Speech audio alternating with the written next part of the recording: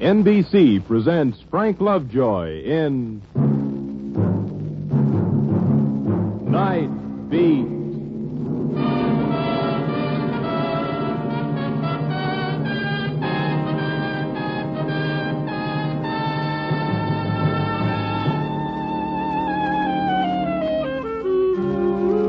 Hi, this is Randy Stone. I cover the night beat for the Chicago Star.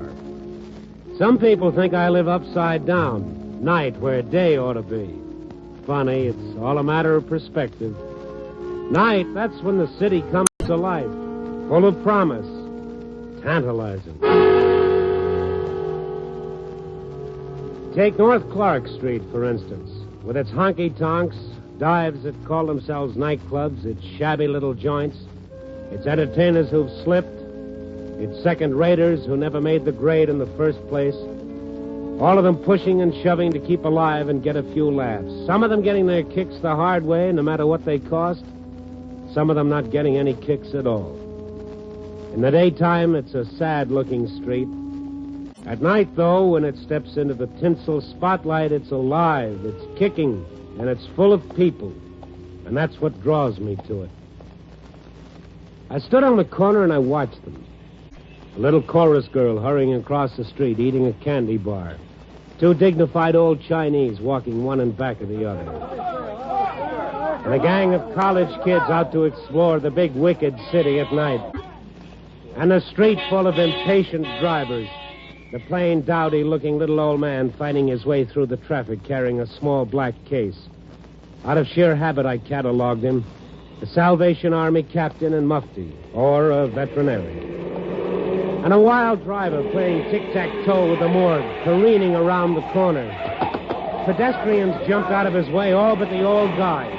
He almost made the curb when the car grazed him and threw him up on the sidewalk. I ran up to him, helped him up, picked up his hat. Are you hurt? No, thank you. I wasn't here. It's all right. I'm quite all right. You look a little shaky. You sure you're all right? I'm perfectly all right. No, now, please.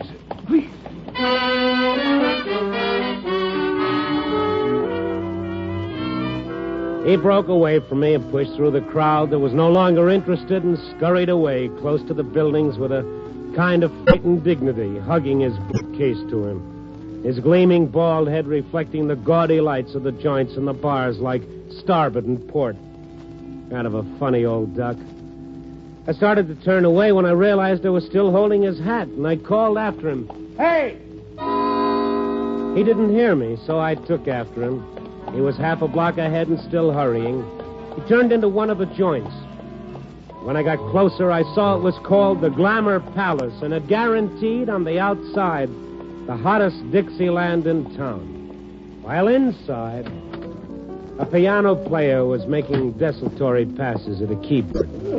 The drummer was moving back to the stand from the bar, scratching his back with a drumstick, while a long, lean soul with a trombone came out from behind some musty drapes, dragging one foot after another, openly yawning his boredom. If these guys played the hottest Dixieland in town, they needed a new press agent because the place was practically deserted. I looked around for old Baldy. Oh, don't you look lonesome all by yourself at the door? Even in the blue gloom, she looked tired. I'd met her type before. All over town, you see 'em. The gals that were beautiful once, but don't care too much anymore. She wore a white strapless number. She was fighting a losing battle with weight.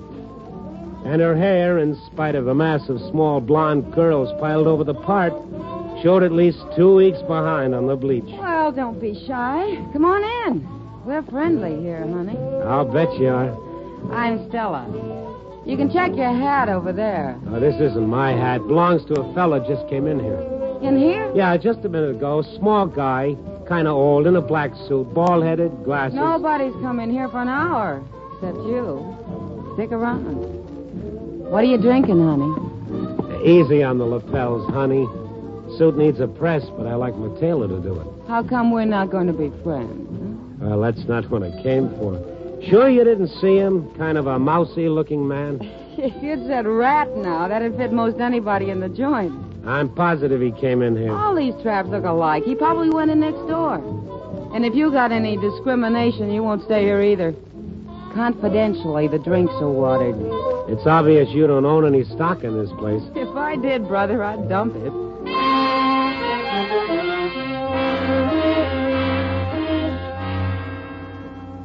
She clutched my arm and cajoled me out the door. Frankly, I was glad to get outside and get a whiff of good, clean monoxide gas. I still had the hat in my hand. I didn't know what to do with it. Randy! Huh? Good to see you, kid. Joe, what are you doing in this neighborhood? I'm working. I'll wait it. In here? No, next door. Why don't you come in? We What? got some good entertainment. Come on, I'll give you a good table. What are you drinking these days? Here, have a cigar. No, Joe, I can't. I'm just trying to return a hat. A what? Skip, it's not important. Boy, am I glad I ran into you. Have I got a item for you? We just had a baby. That's a nice... After 15 years, it's a scoop.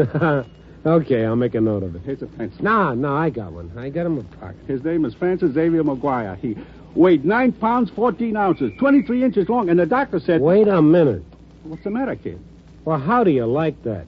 Well, tell me. Maybe I will. My wallet. Dame lifted my wallet. So long, Joe.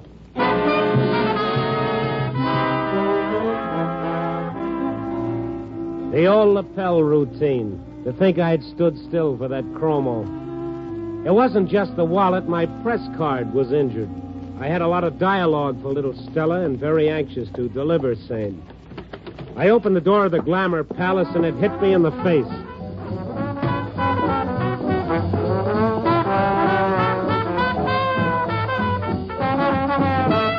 Sweet, hot jazz. I stood there with my mouth open and listened to that ill-assorted, lackadaisical combo make real music.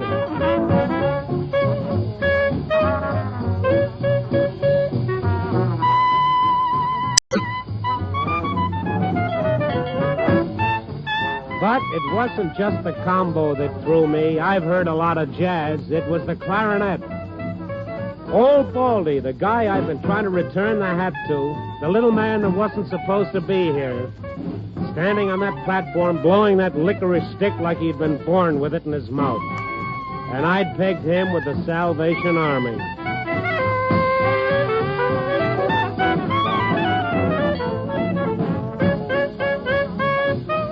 Oh, my, the way he played that thing, that was more than music. That was magic.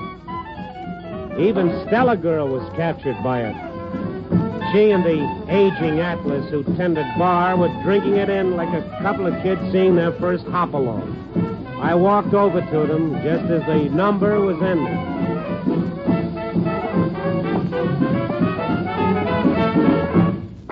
Oh, how about that, Benny? Is that music or is that music? Hallelujah. Amen. Huh? Now, let me have my wallet. Oh, it's you again. Yeah. Now, how about the wallet? So how about it? You had your fun, now I want it back. Looks like you got the wrong place again. Not this time. This guy giving you trouble, Stella? Oh, he's all right, Benny. Just a little mixed up, that's all. Now, look, I've gone along with that gag long enough. Now, do I get it back or do I call the cops? What do you want to make trouble for us for? We're just trying to make an honest scratch. Yeah, well, why don't you go home and sleep it off, honey? Oh, now, wait a minute. What are you handing us, honey? What's the dodge? This routine about a wallet and some old guy with a hat? Oh, yeah. I thought you said he didn't come in here. Who? That old guy up there on the platform. What old guy? The clarinet player, the one that... Well, where'd he go? You sure you're feeling okay, honey? Oh, this is getting real cute. Now you see it and now you don't. Oh, that's your trouble. Gee, you ought to see a doctor. I will. When I get out of this squirrel cage, I'll be right for one.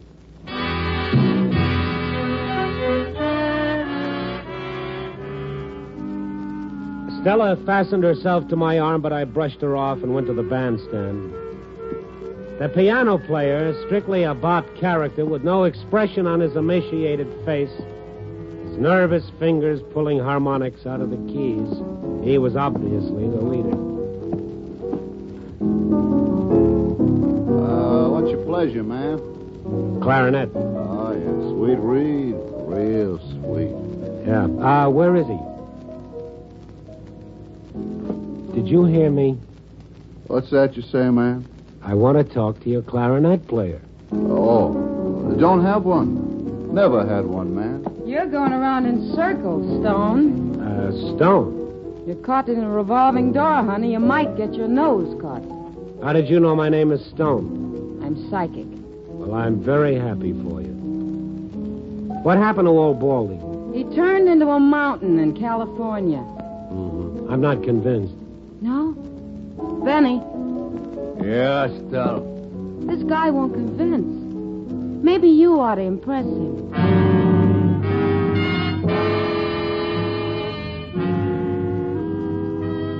Benny turned his sawtooth grin in my direction, but it wasn't amusing. It was an exit cue, and I took it.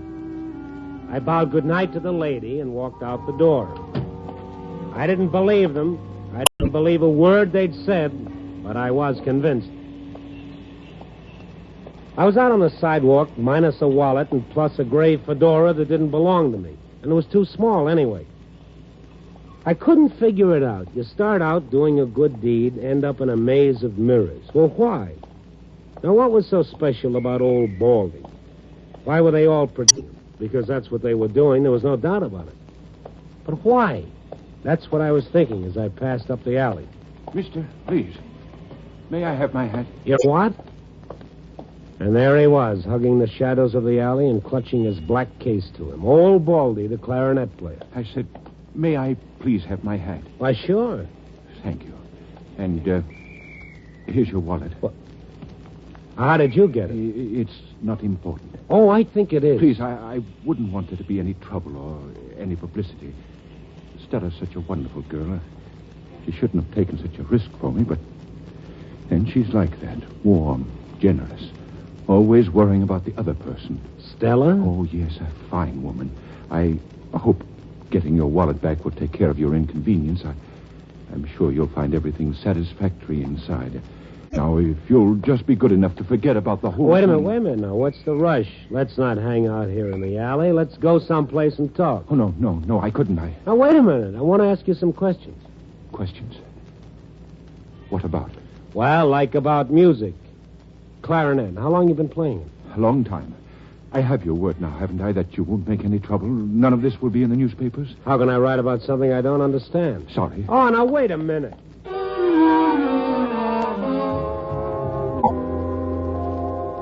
He was gone, just like a piece of quicksilver. He dissolved back into the darkness. It's funny, he didn't look like a jazz man, but he played like he'd been born on Basin Street. Well, whatever. I started to put my wallet away when the thought struck me I'd better check it. My identification was all there. My money was all there. My money was all there, and then some. There was an extra $100 in the wallet. What exactly did he want me to forget? That Stella had picked my pocket or that I'd run into him tonight? $100. A bribe, yeah. But to forget what?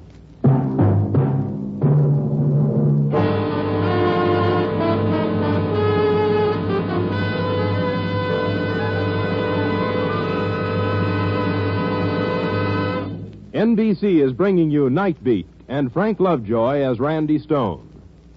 It's the Silver Jubilee on NBC. Perhaps without the right proportions, romance and mystery don't mix. But the amazing Mr. Malone seems to have exactly the right formula, as you'll see later tonight.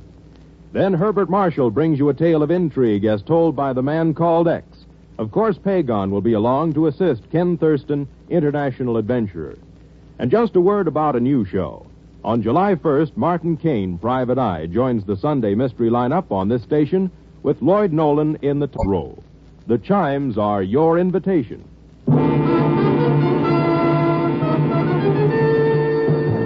And now back to Night Beat and Randy Stone. My curiosity was whet about a frightened, mousy little man who didn't look like a jazz man, didn't talk like a jazz man, and yet played the sweetest clarinet this side of Benny Goodman, and who would sacrifice $100 to drop in the press's pocket. Well, I figure where there's a bribe, there's a story. Wouldn't do me any good to go back to the Glamour Palace digging for it, not the way they felt about my company. So I dug around town looking for news for tomorrow's paper until 3 a.m., when I was able to catch up with the one man who might give me a lead.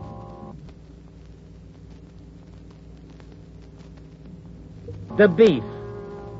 He's sort of a walking delegate, ambassador without portfolio for the musicians local, and he knows every musician since Sousa. Long-haired, short-haired, bebop, the gamut.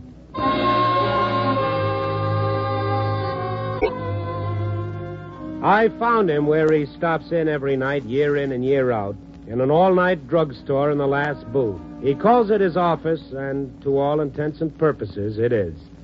Payphone rings all night for the Beef. When I walked in, he was just finishing a call. Yeah. Sure, yeah. I'll straighten it out for you. Yeah. I fished in my pocket for a nickel to play the jukebox. I don't know how he knew it because he hadn't looked at me. Don't play that thing. It's canned. Yeah.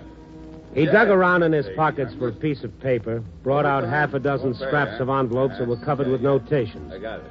He finally found a clean spot on one, and with the stump of a pencil that clung precariously to his ear, he made a notation. Thank you. I'll take care of it. Yeah. No Beef. What's your gripe? No gripe, not me. I'm a happy man. Then you're not a musician. He walked away from the phone back to his booth. He hadn't looked at me, but then he never looked at anybody. He spread his envelopes out over the table and alternately made notes and slopped his coffee all the time I was there. He kept tapping his foot, an occupational affliction with him, but he never once looked up. Beef, you got a minute? Something I'd like to find out. Yeah, sure. Put it down. Thank you. What do you know about the clarinet man over at the Glamour Palace on Clark Street? Otto. Oh, that his name? Otto? The bald-headed gent? Otto Frigg.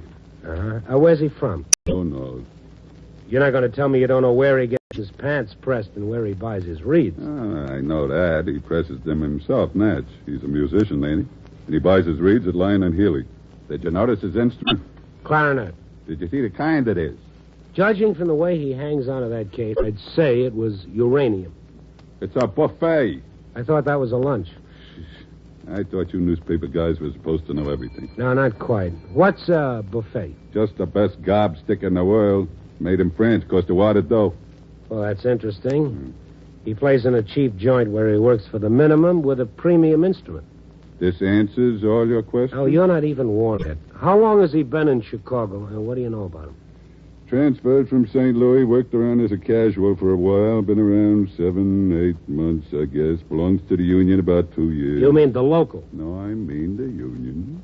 He joined the musicians' union 2 years ago? That's what I said. Oh, you gotta be mistaken. You don't learn to play like that in just 2 years. Who said he learned to play in 2 years? I said he belongs to the union 2 years. Why? But he must have played someplace before. Don't you know where? Look, we ask a guy, can you play? We say, go ahead, get a job. We say, keep your nose clean, pay your dues. That's all. His personal business, where he comes from, this, that, who cares?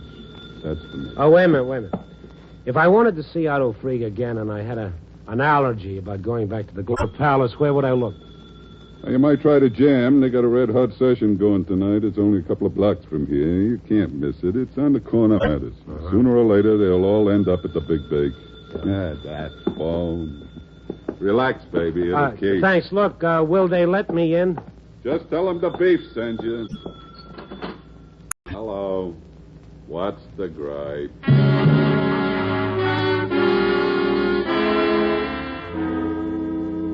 2 years. Otto Frigg, a member of the union, only 2 years, and yet it was obvious that he was an accomplished musician, good enough to play any place. Where had he played before? You don't go around tooting a reed without all dues paid up, unless he'd been out of circulation someplace, and for a long, long time. In jail, maybe. I went over to the jam session. It was in an old-fashioned saloon that had tried to modernize itself without success. Pockmarked on the outside by a half-burned-out Mazda sign that said, bar. Wouldn't draw much trade during legal hours, but after hours, that joint was jumping. I could hear that trombone clear out on the sidewalk. And as I opened the door, the sweet, clear notes of it wrapped around me.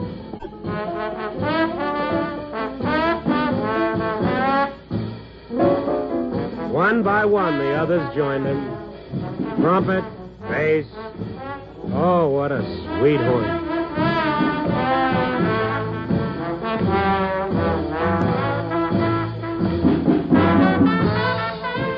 There was a guy in a 1951 version of a zoot suit by the door, evidently supposed to check on who came in.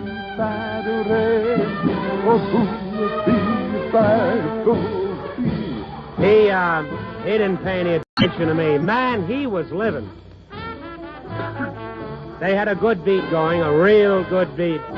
You could feel it in the walls and in the air and in your shoes. Every now and then, those boys hit a combination of notes that was great and exciting. A sort of satisfied sigh went around the room. They didn't want to applaud that audience. They didn't want to break the spell. So they beat their feet, shut their eyes, and shook their heads, silently playing along with them, like one man. And yet, how different they were. On their faces, every racial strain, every shade of color, and their clothes from the cheapest to the best. I recognized one of the boys from the burlesque house and a couple of musicians in hand-tailored tuxedos from a lakeshore hotel. And on the floor, a boy, just a kid, sitting cross-legged with his accordion in his lap, fingering it with no sound and with his eyes shut. From the look on this kid's face, that music he heard in his head must have been great. Almost forgot what I came in for. I looked around for Otto Free. He was just taking his place on the stand. And one by one, the other musicians stopped playing and let him carry on. I looked for Stella. There she was, sitting by herself in the corner. And I went over to her.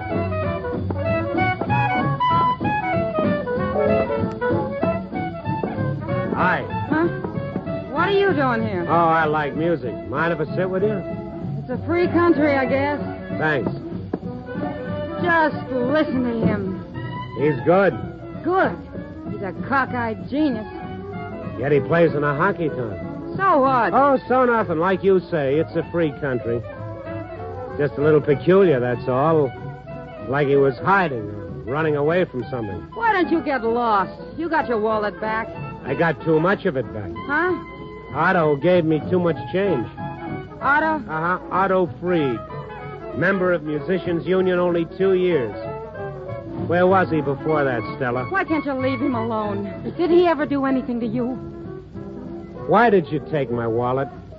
If you wanted to find out who I was, why didn't you ask me? Look, I made a mistake, that's all. Leave him alone, can't you? I don't want him to get into trouble because I lifted your 2-bit wallet. He's a wonderful guy. That's what he said about you. A wonderful girl. Yeah? Did it? Why, Stella, you're blushing. So what? I gotta come in, ain't I? Look, I'm sorry. I'm not ridiculing it. I think that love is here to stay, but he's Too old for me? You guys. It's all right about age improving a bottle of red eye or a hunk of cheese, but in a man it's no good, huh? Oh, now look, I didn't say that. What are you trying to make out of it anyway? May, December? Well, let's say July, December. You couldn't make that the last week in June, could you? I think I could. Otto. Why did you come here, Mr. Stone? You don't have to talk to him, Otto. You don't have to tell him anything. You promised you'd forget about it. You made a mistake tonight, Mr. Freak. Mistake? Yeah, in my wallet. Here, your $100. I thought you'd leave Stella alone. I asked you not to bother her. If you cause her any trouble, Otto, he's here. Otto, look.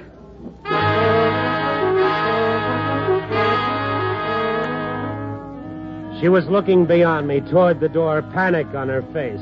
On Otto's face was the look of a trapped man. He clutched his clarinet to him as though to protect it from something. I followed their gaze. Over by the door, trying to prove to the lad in the zoot suit that he should be allowed to come in and not making much headway, was a big red-faced character who, if he wasn't a cop, was a cop's second cousin. I turned back, but Otto was already out of sight. Stella was just vanishing through the back door. You don't let a story walk out on you like that, not when you've come so far with it. I dashed after them. I didn't get very far. As I hit the alley, Stella tripped me and I went sprawling. Yeah! Otto, hurry, get away. I tried to shake her off so I could follow him, but she dug her teeth in my arm. Hey! Oh, you're a real nice kid. Nice and refined. You had it coming. Yeah. Now, who's that guy inside that you're afraid It's of? none of your business. I'm going to make it my business.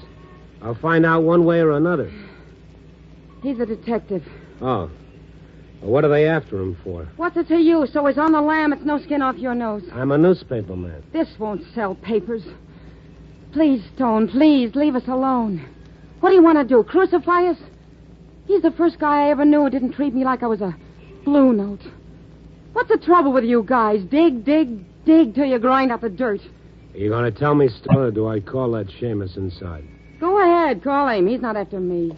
Or maybe, but if he holds you here long enough, Otto will come back for you. This I know. Okay, you win. You want a story? All right, I'll give you a story, and I hope you choke on it. Otto was a bank president in Kansas. He ran away. Oh, so that... No, that's not it. He didn't take a dime. Just car fare and his clarinet. All his life he wanted to play it, but he couldn't. He had obligations. He had a front to keep up. So one day, his job's done. His kids are grown. His son's got the bank. His daughters are married. They got everything they need. Big social stuff. His wife's dead. Nobody needs him. He's all alone. But you wouldn't understand, would you, Stone, what it's like to need somebody. Go on. All Otto's got is his clarinet. But they won't let him play it. Jazz is too lowbrow for his family. Imagine being ashamed of Otto. So one day he just walked away. One thing. Why are they looking for him? They gotta make it look good, don't they? Like they really wanted him to come back. But nobody needs him back there. Nobody needs him anyplace. Maybe they do. No. Nobody needs him but me. Well, your mystery man's unmasked. You got your big story. Now why don't you go and print it? Well, you won't believe me, Stella, and I don't blame you, but I am sorry. It was none of my business. Now, go on, beat it. Thanks, Stone. And take good care of that clarinet.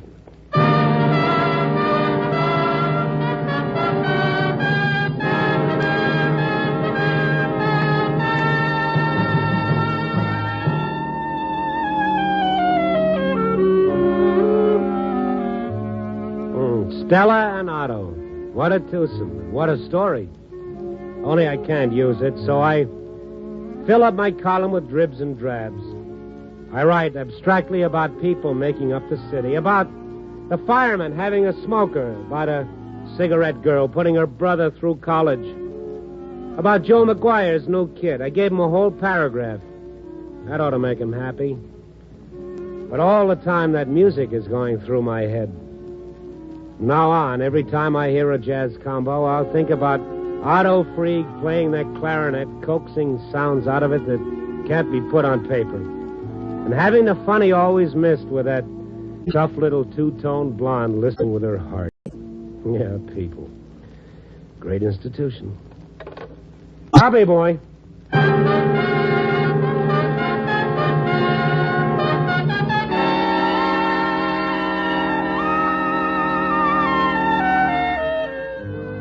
Night Beat, starring Frank Lovejoy, is produced and directed by Warren Lewis. Tonight's story was written by John and Gwen Bagney with music by Robert Armbruster.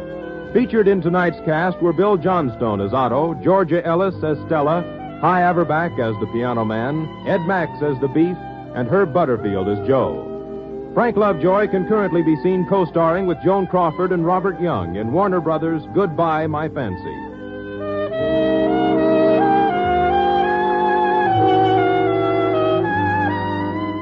Listen next week at this time and every week as Randy Stone searches through the city for the strange stories waiting for him in the darkness.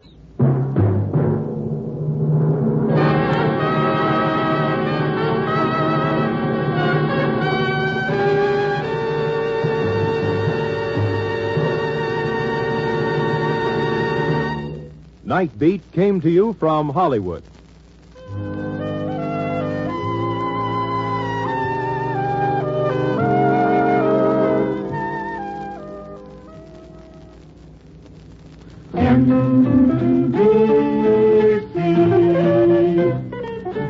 Enjoy the very best in radio. Be sure that you dial it right.